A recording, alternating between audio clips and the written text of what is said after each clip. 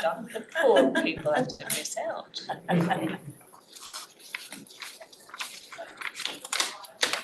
Okay, so let's get started. So a quick note, welcome everyone, and a quick note that we are recording, and the recording will be published on our world famous YouTube channel, History at Newcastle. I'd like to begin by acknowledging the traditional custodians of the land, wherever you may be located, and to pay my respects to elders past, present, and emerging, and in particular to the Pamelong clan of the Awabakal people of the land in which the Callaghan campus resides, and where we in the room are located today. Our speaker today, Connie Skibinski, is completing her PhD in classics at the University of Newcastle. Her primary research interest is in Greco-Roman mythology, particularly hero and heroine figures, and the adaptation of ancient mythology from the medieval period to the contemporary era. Her doctoral thesis is a classical reception study on the Amazon queen Penthesilea, examining written and visual representations from antiquity to the 20th century. As the recipient of the Odyssey Travel Scholarship, she recently completed a research trip to Greece, and her paper today draws on this experience and is titled Fieldwork in Athens, June 2023, Methods and Outcomes. Over to you, Connie. Thank you for that introduction and the opportunity that I have to speak about this research trip today. And thank you to everyone for attending or watching. I thought I'd begin by talking a bit about what the scholarship is and how I was able to get into it before I talk about exactly what I used it for and the things that I saw and did along the way. So the Odyssey Travel Scholarship is available to HDR students in the field of classics and ancient history. And it's money to fund for us to be able to go overseas and to visit a site like Greece or Rome that's relevant to our research. And this is something that's so significant for an Australasian-based scholar, because we definitely have struggles in terms of distance and cost of being able to travel to see the sites that we are researching. So this funding makes it a lot more accessible and possible to go and to see either the visual material that we're looking at or just to get a sense of the world and to deepen our understanding, for me especially, of what things were like in the time period that I'm looking into. So on that note, just a little bit of an overview of my research and why I felt as though going to Greece would have been so beneficial for it, and in fact it indeed was. So my research looks at the Amazons through the literary trope of the warrior woman, and I track that foundation from ancient Greece to modernity through a particular case study of one Amazon character who is Queen Penthesilea. The first chapter of my PhD is very foundational, and it's really embedded in Penthesilea's role in the ancient world. And it looks at written sources as well as material culture. And it's a really deep dive to get an understanding of what the warrior woman figure meant in that time period before I can then see how that trope is recontextualized later. And I felt that by going to Greece and being able to see these artifacts in situ, that it would deepen my understanding of how the ancient audience would have engaged with these things. So yeah, that sort of covers my first point here. So written and visual representations of Penthesilea, but situating it within the bigger picture of the Amazons as a whole. So the warrior woman community and what they would have represented from a cultural history perspective. I had a few different goals for this trip initially. One of them was to be able to view artifacts of Amazons and Penthesilea specifically within museums, because it's so much more useful, I found, to be able to see these physically in front of me, because I could really take my time to slow down and look at various iconographical tropes or aspects of the object that you can't really get a glimpse of if you're just looking at images online. And also being able to read descriptions under the artifacts and being able to visit multiple museums and compare the artifacts was a really useful experience. My other goal was to visit sites where public buildings featured Amazon iconography. So in the ancient world, especially around 5th century BC Athens, big buildings like temples and sites of worship often had sculptures depicting Amazons. And I wanted to be able to see these buildings in person so I could get a sense of the scope and the scale and where the Amazon sculptures fit within that, so I could understand, could the ancient people really clearly pick out the details in the sculptures or not, and how the processional nature of the scenes and how the unfolding narrative of scenes on the building themselves shape the narrative being told overall. My third purpose was to be able to access scholarship in the libraries. So the accommodations I stayed at are the British School of Athens, the BSA, and the Australian Archaeological Institute at Athens, the AAIA.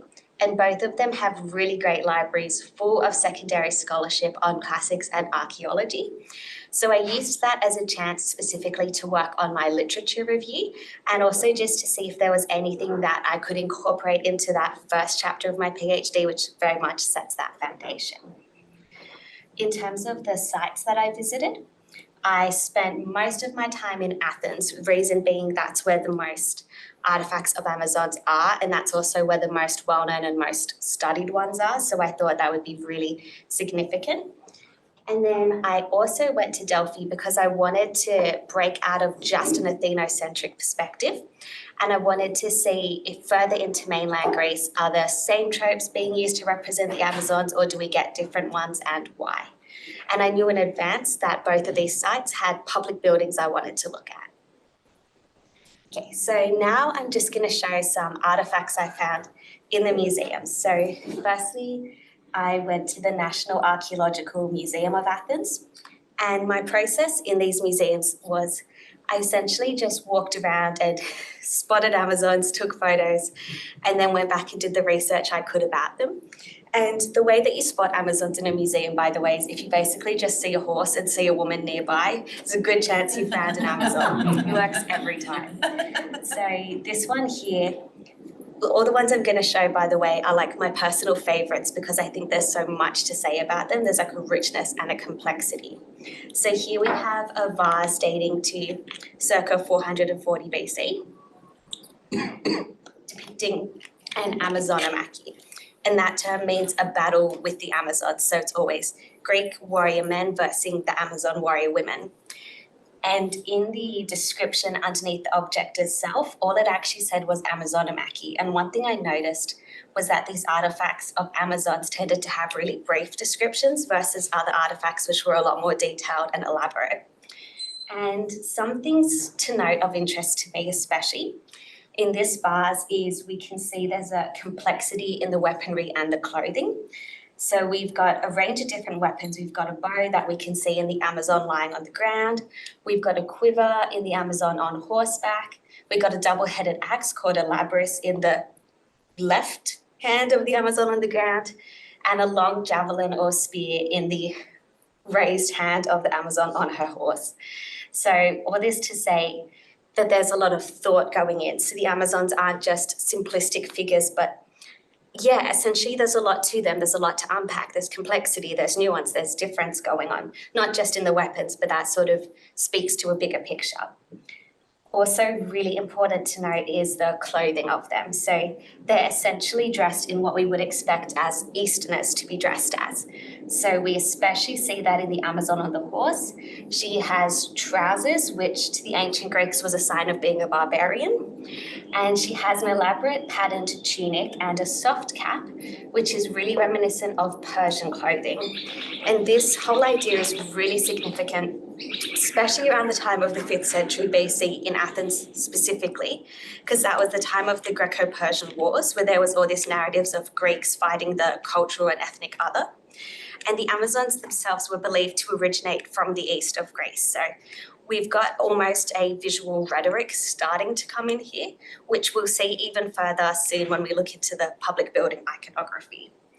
And another thing, now looking at this other vase, we can see similar things, but also new things. So one thing to note here, I'm not sure exactly how clear it is on this image, but we can see that one of our Amazons, the one riding the horse, has white skin.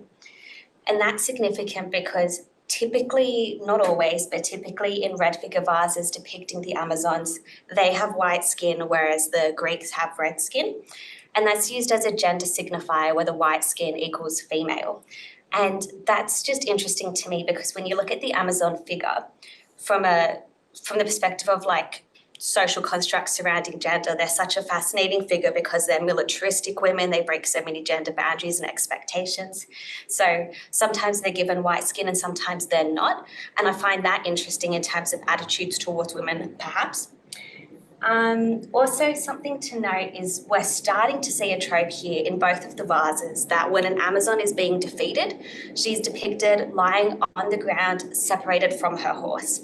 And that really stood out to me because in my research, when I was looking at written accounts of the Penthesilea story, there's so much emphasis on the dismounting motif. So it's as she's being forced, often pulled by her hair off her horse, that signifies her defeat and subjugation. It can have sexual connotations as well, submissiveness. So it was just interesting to see visually as well through the visual iconography that we can really tell when an Amazon is successful versus defeated by their proximity to the horse, which again comes in later when we look at the public building iconography. So all this to say that being able to see these visual artifacts together, the vase paintings illuminate the sculptures and vice versa. And again, we can see them being dressed as Easterners. We've got the same sort of like patterned tunics for the Amazons. So these were two of my finds at the National Archaeological Museum of Athens, and it got me starting to think about iconographical tropes of representations and how it sheds light on their gendered and ethnic and other aspects. Moving on now to some sculptures. So this one was particularly exciting for me because it's specifically of Penthesilea, not just the Amazons, but exactly her. And in this scene here, it's a little bit not exactly what I would have expected in a scene depicting Penthesilea. So here we have her defeating Machaon, who is honestly not one of the biggest names in the Penthesilea story. So I should probably explain. So Penthesilea features in the Trojan War narrative. So we've got the Greeks who are sort of led by Achilles, more or less. And then we've got the Trojans under King Priam, who brought in Penthesilea as an ally. So there are so many fighting scenes between the Greeks and the Trojans. And Penthesilea fights against some of the really well-known Iliadic heroes like Achilles and Ajax. So I would have more expected the scene to be maybe her fighting against Achilles because that's the biggest scene in the written sources. So I just found it intriguing that here we have a lesser well-known Iliadic hero, but interesting nonetheless.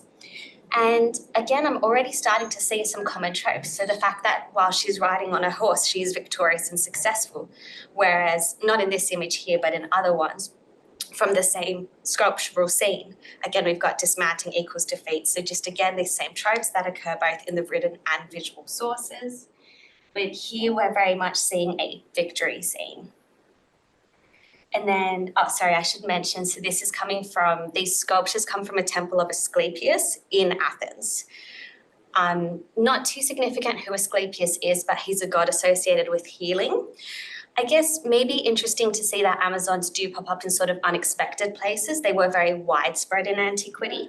They don't just come in things that we associate with Athenian rhetoric, but I guess there's always this sort of underlying ideas of the men having the victory over the women and the Greeks having the victory over the foreigners. So even when it's on a temple to a doctor god, essentially, we've still got this here, which is interesting, but for me, it goes to show this really widespread interest in the Amazon motif in ancient Greece.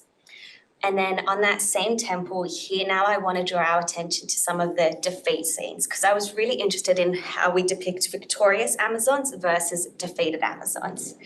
This picture on the left is really fascinating to me because I've done so much research into the hair pulling motif. So when a Greek man like tears an Amazon woman by her hair, and I didn't like seeing it represented, but it really captivated me because I was like, oh yes, now I'm seeing with my eyes what I've been reading about a lot. And there's so much symbolic significance to it. We've got her kneeling down, which is like subjugated and defeated. But also the Amazons are described as having really long hair, which I associate as being symbolic of like a wild, untamable, unconquerable kind of spirit. And then when we've got a character who grabs them by that and uses it to defeat them, it's sort of, I guess, an interesting type of subjugation. And just as a little tangent, in all of the different receptions of Penthesilea I looked at over all time periods, they tend to keep the part where Achilles drags her by a hair off her horse. So it's a very enduring image. And then on the right, just another example of a defeated Amazon. She's lying on her horse, but here she's not dismounted, but she's sort of in the process of becoming dismounted. And it really goes to show that with the Amazons, their real strength comes from their cavalry combat. So as long as they're actually mounted in combat, they're going to be successful. And one of the leading scholars on the Amazons, her name's Adrienne Mayer, she has argued that this is because in the ancient real nomadic warrior cultures that had women warriors like the Scythians, that the war horse functions as like the great equalizer between men and women. Because when you've got either a woman on horseback or a man, they sort of use like the strength and the mobility provided by the horse, so it offsets any sort of differences that they would have if they were fighting on foot. Yep. And then, this is just to show the overall illustration on the museum that all those different sculptures I showed you all fit into this one pediment. So the pediment is the triangle bit at the top of a temple, just in case you were curious. And that's why the temples do sort of squish into this triangular shape. And it's interesting. So what I actually did not realize by the research I'd done online, but in this exact sculptural scene, which again is the one with Penthesilea fighting the Greeks, and that's what we see in the center, but on the edges of either side, we actually have dead Greek male warriors, which I actually didn't realize through any of my research, that in these scenes that are depicted, these Amazonomachs, we don't just have dead and dying Amazons, but we have dead and dying Greeks. And that really goes to show, I guess, the military strength of the Amazons, which is we see a lot in the written sources, how successful they are in battle, especially in the Trojan War campaign.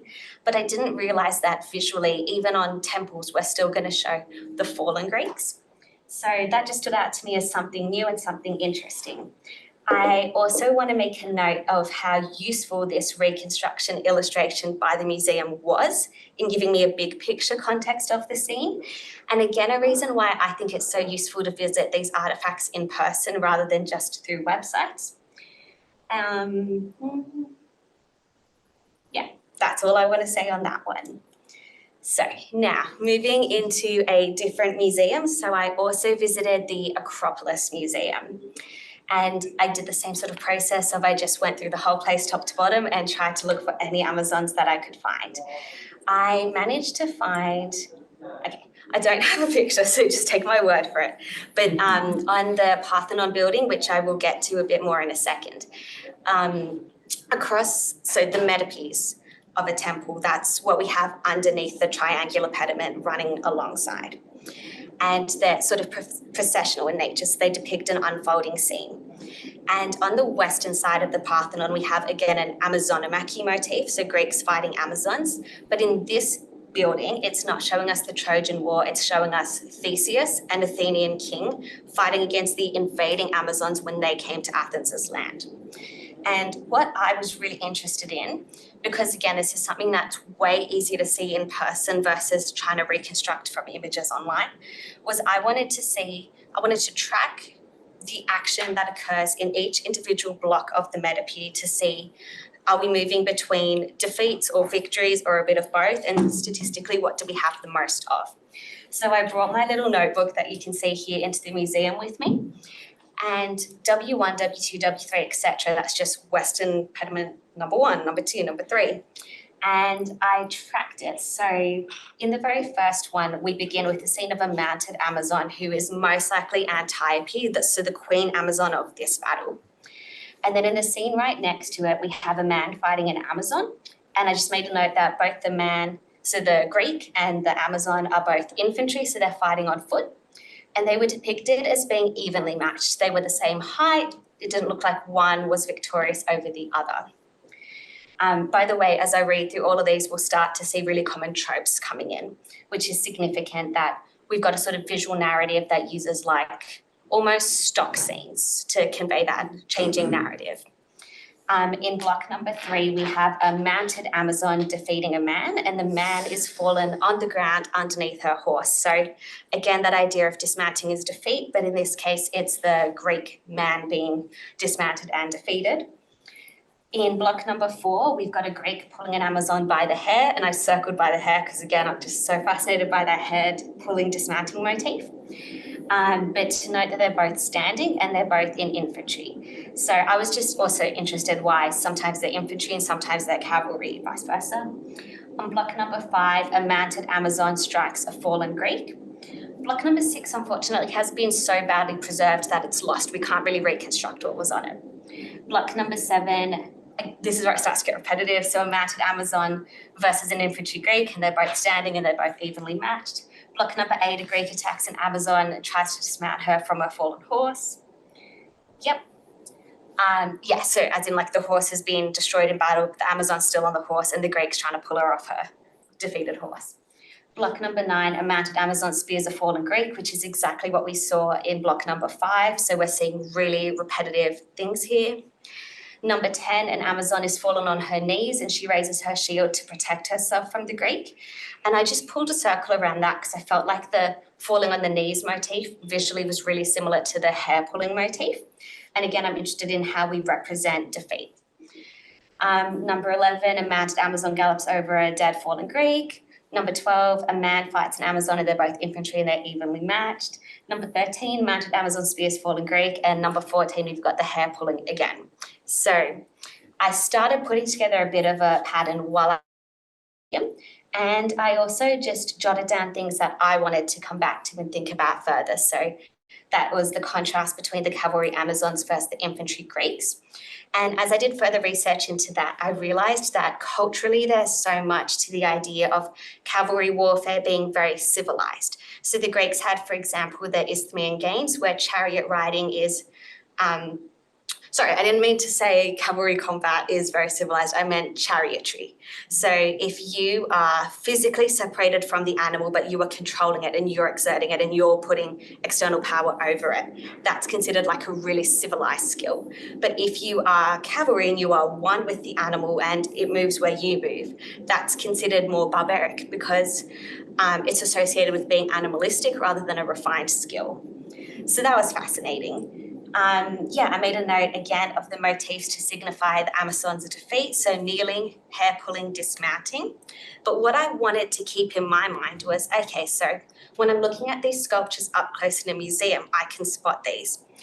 But I was wondering if on the temples themselves, if you'd be able to spot these motifs or not, like if I were actually walking around the temple in the ancient times and looking high up to the metapiece, would I even be able to know which scenes show a defeat or not?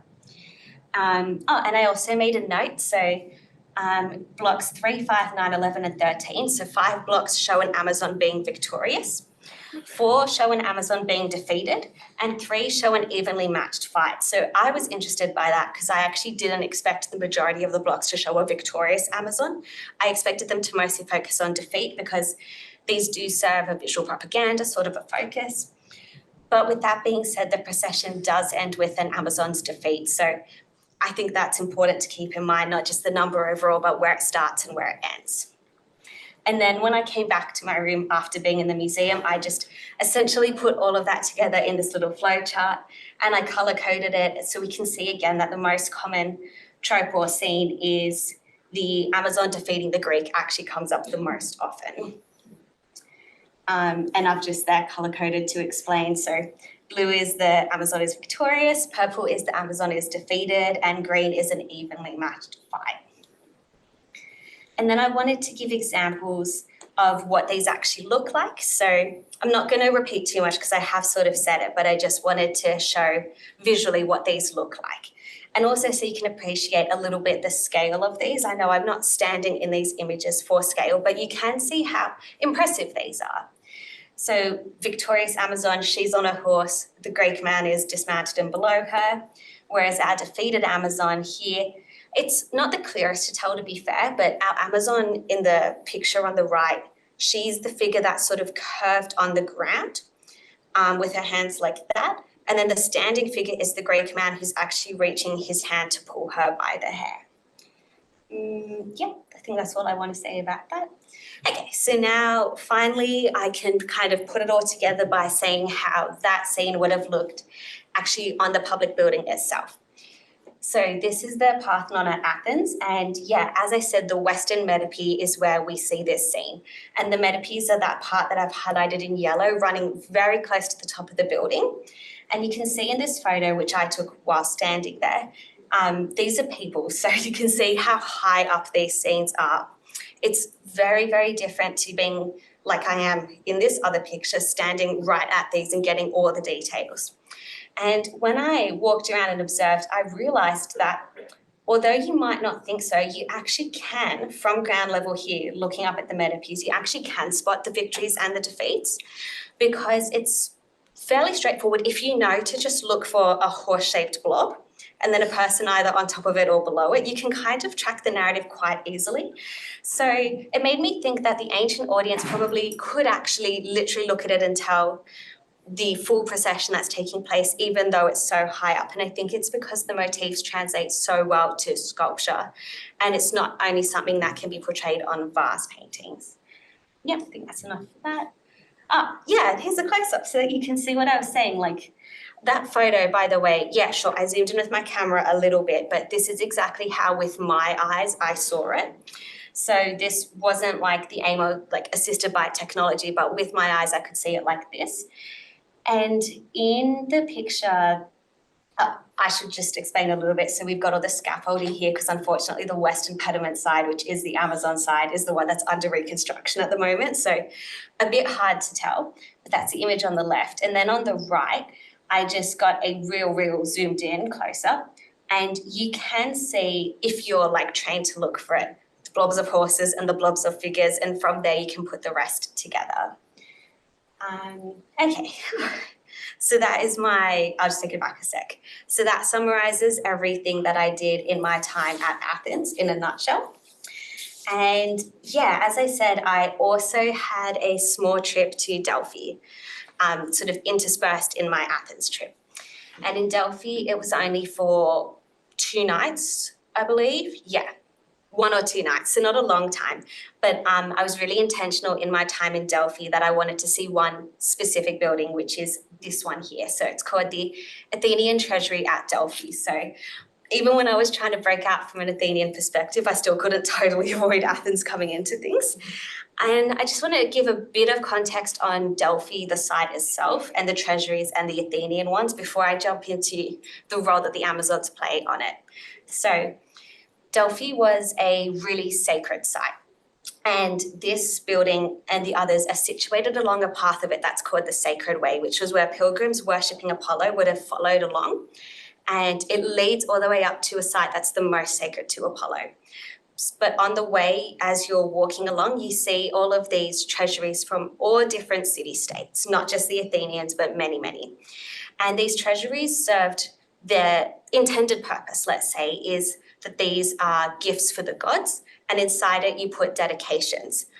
But let's also keep in mind that they can very much serve a rhetoric and a political purpose. So as you're walking past and you see these impressive monuments by other city-states, you make a mental note of who's powerful and who you don't want to mess with, right? So it's significant in that context that we have a very rhetoric-filled scene of Greeks fighting non-Greeks here that really showcases the strength specifically of the Athenian military. As a little bit of a message to other city-states that you don't want to mess with Athens, because if they can fight these fierce mad warrior women, yeah, you don't want to get on their bad side. And just a little note, so how we can tell the dating of this, I don't think I included a specific image, but just a little fun fact, there's actually an inscription on the top step that dates it to the exact year of the Battle of Marathon, I want to say, which tells us that it is fitting within this context of the wars that are happening. And yeah, so again, I've highlighted in yellow the metopes is where we see the Amazons happening.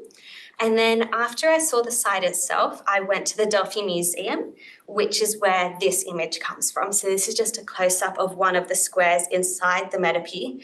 And we are seeing recognizable visual tropes right here because you've got the hair pulling motif. So again, I was like sort of slightly surprised that this Delphi representation was so similar to the Athens ones. But then when I remember that this is the Athenian treasury, it's really not too surprising that we've got these same tropes occurring. But here I think they serve even more of a rhetoric sort of a purpose. And I guess maybe something slightly interesting to note is that here the Amazon is actually not dressed in Persian or Eastern attire. In antiquity, there were sort of two different ways that Amazons tended to be dressed. So either as Easterners or in this instance, dressed very much like how the Greek men would have dressed. And those representations, I'm yet to find a sort of pattern in when they do one and when they do the other. Yeah, so just something to put out there. Okay. And then coming to my final purpose in the trip was to be able to access resources at the library for my secondary research rather than the primary side of things. So the really fantastic library I was able to visit was the British School of Athens one. And this photo I put on the slide does not do it justice. It was a stunning, stunning library. It was like 5 levels and it had spiral staircases and so many books. It was like a book lover's heaven. It was absolutely amazing. And fortunately for me, it did have a catalogue, so I didn't have to look through every single book to hunt down Amazons like I was doing in the museums. And I typed in Amazons and I think 9 things came up. And then I typed in Penthesilea and 2 things came up. So 11 things out of a massive library, not the best number, but it still gave me something to work with, so I was happy. And I just made a note of the books that I looked at, which I hadn't previously looked at. So these were all new, and they all featured in my literature review. And then I've highlighted in yellow this one here from Richard Buxton, The Greek Myths That Shape the Way We Think, because do you know how sometimes you find a piece of scholarship and you're like, yes, that literally says everything I've been looking for. So this was that, because it not only gave me information on the ancient Amazons and Penthesilea, but it was actually, and I did not know this existed until I happened to find it at the BSA library, but it's a reception study of the Amazons from antiquity to modernity, which is amazing because that is so, in some ways, similar to what I'm doing in my research. So then I thought, okay, great, now I get the chance to read it and see what I'm doing differently. And fortunately, it actually was radically different, like totally different case studies. I panicked for a little second, I'm not gonna lie. But yeah, it was really wonderful. And it actually also highlighted things that are gonna be really relevant to future post-PhD publications I'm already working on, which was so exciting. So I took all the notes in the world. It had a really good section on medieval Amazons, and I'm currently actually working on a monograph on medieval Penthesilea, so that was really useful context. And it also has a section on Wonder Woman, which is not too surprising in a book on the reception of Amazons. And I'm currently co-editing a collection on Wonder Woman. So again, I was just taking notes like, yes, this is going to help not just my PhD, but future research projects too. And just to note, I didn't actually show it, but the AAIA library, the AAIA was a fantastic place to stay, but the library was way smaller, not that useful, didn't even have a catalogue. But I found a few books that featured Amazons, and I was intrigued to see sort of patterns, like when scholars do use the Amazons, what discourse or argument are they bringing them into? So often Amazons come in scholarly works on like the art of ancient Greece, and they tend to pop up when you talk about 5th century Athenian art and trends, which I quite like because it does go to show the significance of all the sculptures and public buildings that I visited. But I would say that it was more the things I saw at the BSA library that gave me more sort of arguments and deeper things that I could say. And then just finally, another big, big perk of my trip was being able to actually, I know, it's so exciting. I met with academics from overseas, which is so amazing. It absolutely does not compare to having a Zoom with someone. You just get such organic, natural conversation. So I'll just tell you a little bit about these brilliant people that I got to talk to. So on the left is me with Christine Lennon. So she is a German academic, and I actually met her through Twitter. She's doing a PhD in English on Penthesilea. So we instantly just knew that we had to at some time meet up. So we had a Zoom meeting and I said to her, I'm going to Greece for research. Do you want to come join me? We can have an Amazons tour of Athens together. together. And that same day she booked into my accommodation. So we actually spent our first week together literally going to all the museums, finding all the Amazons we could, and it was incredible. And in our downtime, we honestly just talked about Penthesilea for hours. And it was just fantastic. Like, you don't get that international academic collaboration opportunity, in my opinion, without actually being in the room with them. So another reason why I was so grateful to have this overseas research opportunity. And then in the right, this was me meeting Gwen. So she's a research assistant at the University of Haifa in Israel, but she lives in Athens. And I met her last year at a conference, and I just kind of made a mental note that she's a connection I have who lives in Greece. And I reached out to her and asked if she would be in Athens around the same time I was, and she was, and we caught up. She does not work on the Amazon specifically, but she's a classical reception scholar, and that's the field I work in, because classical reception is all about the influence of the ancient world post-antiquity. So we had really good conversations about the similarities between our research, which it's always interesting to sort of see your research through the eyes of someone else, I guess. And we definitely plan to collaborate on classical reception projects into the future. So that was another fantastic opportunity. And yeah, that's sort of everything I got out of my trip from Athens. So thank you for listening.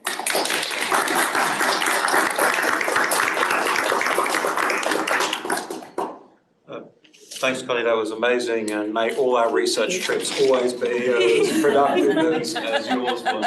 Thank you. Can I open the floor to questions? Another hair-pulling motif that comes to mind in the Iliad, when Diomedes squares off with Hector, his helmet has the plume, and Diomedes grabs hold of the plume. Yeah. And fortunately, Aphrodite's on hand to break the helmet snap, so the helmet goes off, so so Hector can be saved to be slaughtered later on. Yes. But yeah, definitely, you get the impression from that close in combat that, you know, shields break, spears break, there's spare hands, there's eye poking, there's all sorts of, Yeah, that's a great example. Thank you. Pancration. Yes, yes, yeah, for sure. Yeah, it's a huge thing in the Iliad as a whole, and really interestingly, it tends to be that it tends to be the non-Greeks who get their hair pulled, like in the example you gave. So it very much, in my argument, is the Greek warriors sort of, showing their power over the others. Yeah, it's a cool thing. Thank you. I'm so obsessed with this. I love this so much because my only point of reference is Ovid's fascination with hair. Yeah, like Medusa and the... He's obsessed. Yeah. Everyone's got this long flowing hair. Yeah, and when you cut it, you're like taming... Yes. Yeah, and it's got that real animalistic edge thanks to the fact that he's so obsessed with transformation, as am I get it. But I wondered if it had any sort of connection to the whole like almost pre-grieving motif, the sort of the pulling of the hair and the beating of the breast. It feels really in line, especially when I think of Athenian women in particular. Like I wondered if you'd ever considered that. I hadn't thought of that, but now I'm thinking about it and I love it, because especially in vase paintings from the same time period, like 5th century BC Athens, you see women in mourning and they're pulling their hair. Yeah. So there's something really interesting to explore there. Thank you. It's just, it's a vulnerability that's just so beautifully shown in like the images that you managed to collect. It's Thank you. Was that exclusively associated with women pulling the hair in Greek? Or? I think it's Largely only for burials and funerals. They did sometimes do for men, but very rarely it was considered young boys were okay, but men were not meant to do that sort of stuff. Yeah. But just directly off the back of that, sorry, just before we jump ahead. connections. There we They go. also often kneel in those imageries. Genius. They're often kneeling, hair pulling, or kneeling wailing. So it actually uses both. Really something in that. Thank you, thank you. Sorry, just following on that, it just kind of prompted thought processes about, like, you know how in the story, the biblical story of, is it Samson? He gets his hair cut and he loses his strength. Absolutely, And I'm just wondering whether the whole hair pulling thing is like a precursor, if you like, to the whole losing your strength and being defeated, and, you know, might have some relation to that. I would say it absolutely does, in a range of really interesting ways, and we can see all these parallels. So that's a brilliant example that I really love. It also makes me think of like Medusa, for example, and like her snaky hair kind of gives her the power, but if you were to cut it or tame it, it would diminish her power so much. It's hair length is Yeah. wildness equals strength, Yeah. therefore Plus animality. forcing, Yeah. forcing the civilized Yes. breed process. Yes. I can't finish the sentence, but you get where I'm going. I absolutely get where you're going. Just a really errant thought here, I mean, you're talking about Periclean Athens Yeah. and strong representation of Amazons, like, obviously the Peloponnesian War's going full tilt here, Yes. but they don't want to talk about Spartans. But Spartans do have long hair, Yes. so Yes, there yes. might be some sort of code there that, they're trying to demonstrate. Genius. Yeah, I like that. Again, I hadn't thought of that, but I really like that. And that ties into more this idea of like, these representations are so Athenocentric. They really are. So it's very much Athens showing Athenians conquering others. And yeah, if we tie it into the Spartans and the Civil War, I think that totally makes sense. Yeah, thank you. I'm not sure if it's something for the earlier Athens, but I know in the later Athens, they also often used to cut the hair of their horses as a way of taming them. It was like that was sort of like when they began their training, so to speak. And Right. you cut the young mane, then you have the horse, and usually it's cropped short for warfare. Fantastic. I've done so much research on the similarity between Amazons and horses, beyond the fact that Amazons ride horses, but all these symbolic connections between them. And that fits in really nicely. But I'm wondering, did the horses that the Amazons were on in the imagery, did the Amazons have long hair horses or short hair horses like the Greeks? Long. So they Which is were really actually directly. Yeah. Yeah, okay. Fantastic. Thank you. Monograph on hair pulling. Truly, there's so much. There's Yes. so much to say. There really is. And that's why I got so, like, whenever I saw either in the vases or in the sculptures that hair pulling, I was instantly like, yeah, we're seeing it again. There's seriously something here. Because it comes up again and again and again. It has to be significant. And I think there's something also in colonial settings where there's often, there's scalping and there's grabbing people, and even on the goldfields here in the Chinese people with the braids down their backs and they would cut off the braid but take some scalp with it. So there's a real violence and an exposure of the vulnerable neck when you pull hair. And do you think I was wondering whether it is symbolizing that the next step is to, cut the throat. Yeah, I would say so for sure, because it definitely does create that extra vulnerability, as you said, very much. I think also it then makes it easier for you to like put your strength onto that person and force them onto their knees or something like that as well. Yeah, definitely. So it seems, like a more, I don't know anything about this, but a more acceptable moment to portray than the one up. Yeah, that's right. Yeah. So we're still getting a sense of that violence and that brutality, but in these scenes, it's tricky. You want to show off your strength, like you as in like the Athenians want to show their military strength, but they also want to come off as being noble and civilized. They don't want to come off as being, savage and stabby. Yes, So I think, showing the hair doing that pulling to a versus the woman neck. might be, not really something you want to have up on the top of your Totally, building yes. for all time. Yeah, absolutely. On a different note, there was a slide that you showed us where you'd color coded and you'd select, you showed up more instances of Amazons defeating Greeks than not. And I'm just wondering whether that speaks to sort of the Athenians showing, well, hey, the Amazons defeated us more often. However, we were still able to defeat them right at the end. Exactly. So it shows the beginning of their greater opponent. strength overall. That's spot on. So in my research, I take that idea a little further and I actually show examples of written passages where Penthesilea very much appears to be like an Iliadic hero, almost like an equivalent of Achilles. So the more you sort of make your opponent seem powerful, then the fact that you ultimately conquered them reflects glory upon yourself. Yeah. I think it feeds into that sort of post-marathon myth where you got to remember Athens was sacked twice by the Persians. Yes. So they were hurting. Yes. So they really needed stories to, so that resilience, we can get pushed out on the right. Yeah, absolutely. And I like that they're digging into their mythical past and drawing off of stories that were very pan-Hellenic, so very known among all the Greeks, to get that message across. It's sort of like the trope in Greek drama, you can't speak directly of real-time tragedies, but you can speak through the lens of mythology, right? Exactly, yeah, absolutely, but you're like sneakily hoping that everyone around is like, Yeah, I everybody get gets where you're the- going with this. Yeah. Harking back to the hair, I was immediately struck by how Sikhs, as young boys, they are not meant to cut their hair.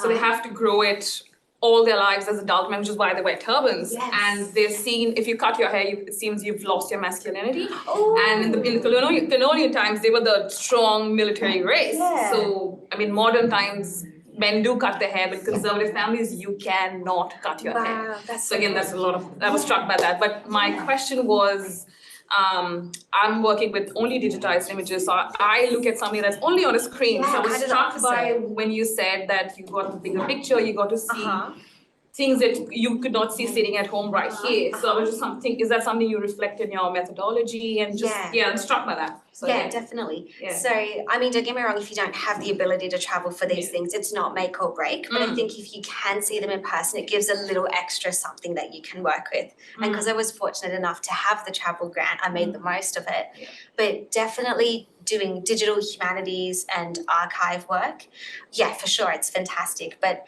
I think specifically for my goal, which was to understand the placement of these motifs on the tall buildings that they're placed on, I felt like I really needed to be in person for that. Yeah. Yeah, the vase paintings though, you don't technically need to be in person for that, different scope. Well, they just set up in the same picture and put it up on the website. Exactly. So yeah. Yeah. Okay. You've made some really good comments about the materiality of the objects, which I really liked, which was a really great thing to take away from going to the museums, going to the sites. But I'm struck by the fact that you reported the same thing in both the museum and in the library, which is very little coverage of the Amazons. Yeah. What's going on there? Kind of don't get me started, but no, yes, do get me started, far out. It's actually shocking how much Amazons, in my very biased opinion as a very obsessed with Amazon scholar, they are so erased from academia, in my opinion, and they're quite underutilized. If you go back to antiquity, they are key players in some of the most famous and well-known myths and narratives, but it's so bizarre. I think, I somewhat attribute it to scholarly trends and interests over time, our traditional preoccupation with, the glory of Greece, which means elite male deeds and whatnot.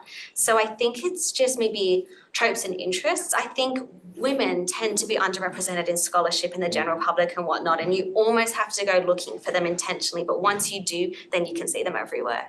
Yeah. I guess I'm just really struck by, you gave very detailed descriptions of those vases. There was a lot to read. Yes. And they're getting one And then in the line. museum, they just say Amazon and Mackie. I know. So they are putting them in the museums, they're Yeah. just not doing anything with them in the museums. And I found that a bit disheartening and a little bit frustrating, honestly.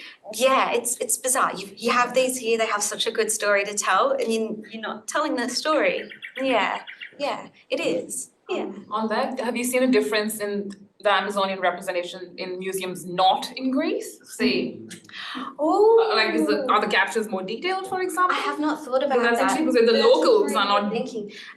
expanding, someone else is, Next time I see Amazons in a museum, which is often because whenever I go to any museum in Yeah. Australia, I look So for the I'm just Amazons. thinking of I that. will compare the Because detail I'm in thinking the of caption. even though it's not even my favorite, something I love Egyptology, and I know that some of the museums are not in Egypt, like in England or in Chicago. The museums are actually way better than the local Yeah, they give you ones. more info. Yeah. I guess they're sort of contextualizing it for the people that are not Greek, Yeah. but I wonder if that's like a difference. That's such a good point. And for sure, from now on, honestly, I'm going to read the descriptions of Amazon artifacts sort of as much as I read the artifacts Yeah, just themselves. something to Yeah, reflect on. Absolutely. Yeah, I like that. Thank you.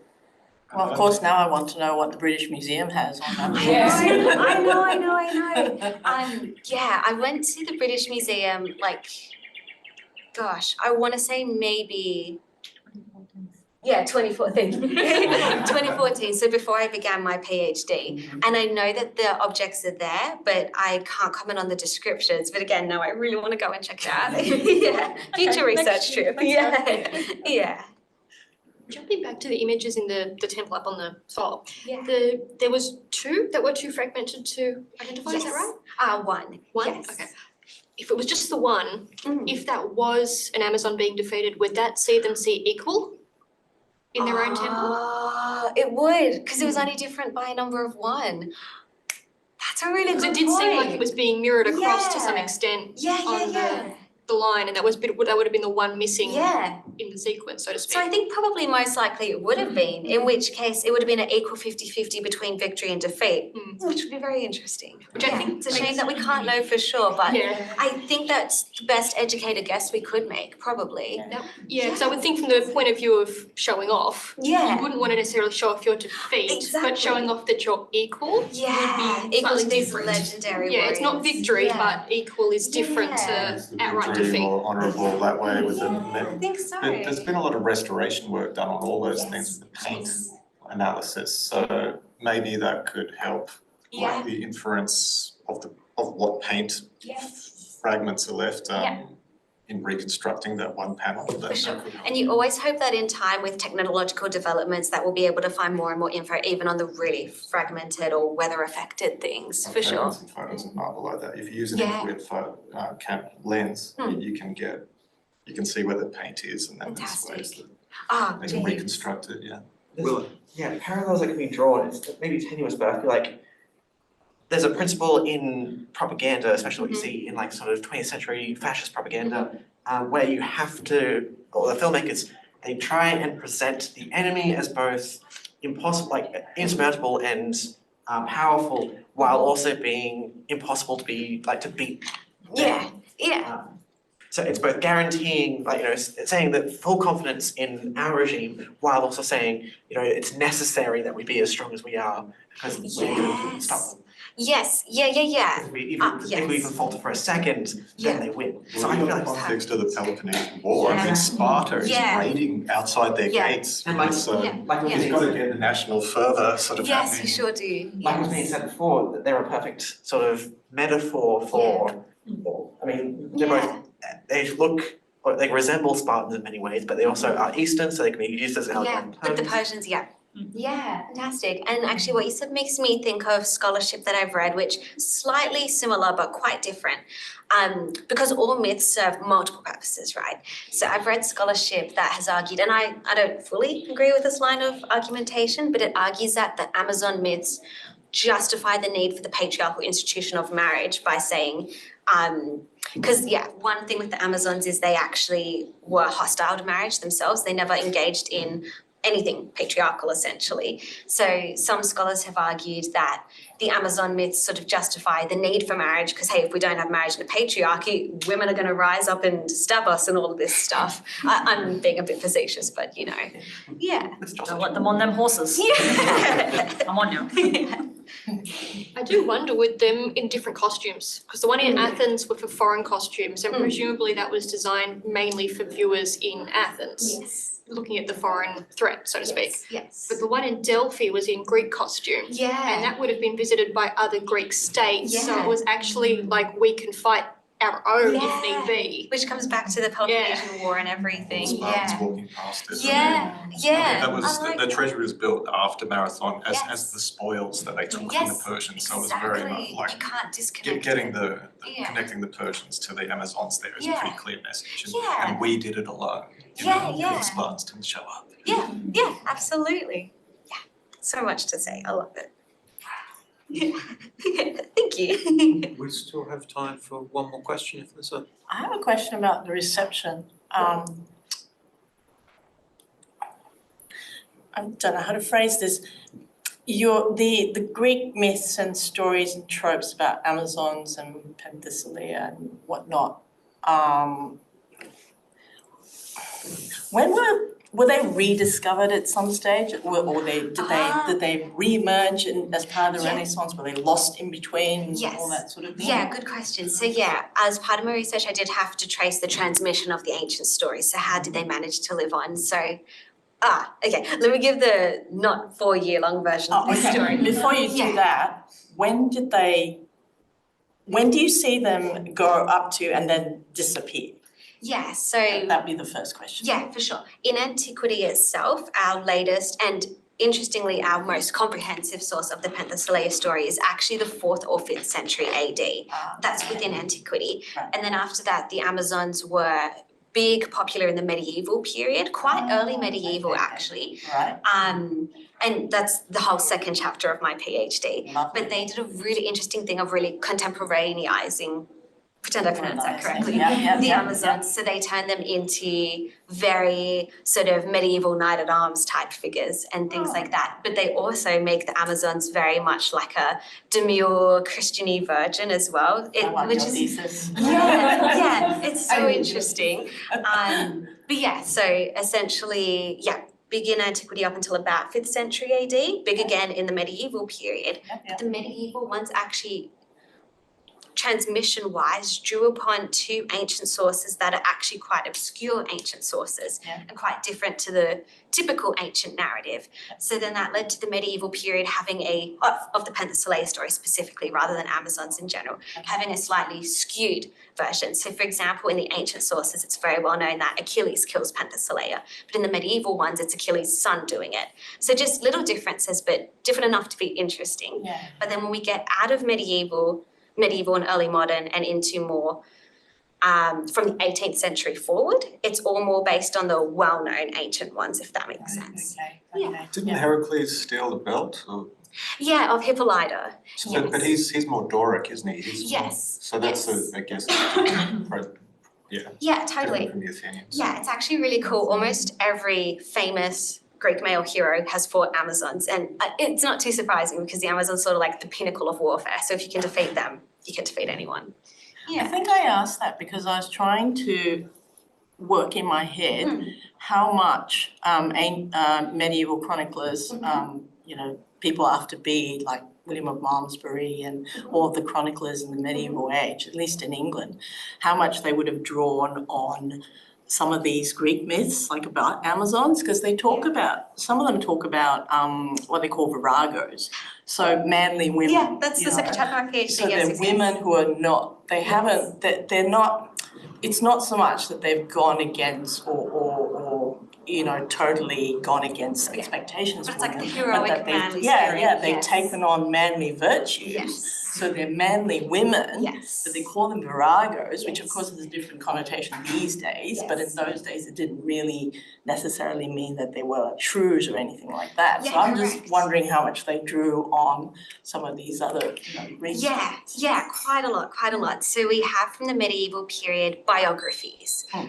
Like for example, Boccaccio's famous women biography, structured around manly women from Christianity, Judaism, and classical mythology. And they sort of kind of combine elements here and there of different ones, and it shows an interest to them of heroism. Okay. Yeah. Lovely. Thank you. We'll have to draw this part of the process to a close because I think this room has been booked for the next hour, and also because those of us still in the room have a mid-year social to get to where we can continue to ask intelligent questions of our speaker. But please join me in thanking Connie for an absolutely fascinating.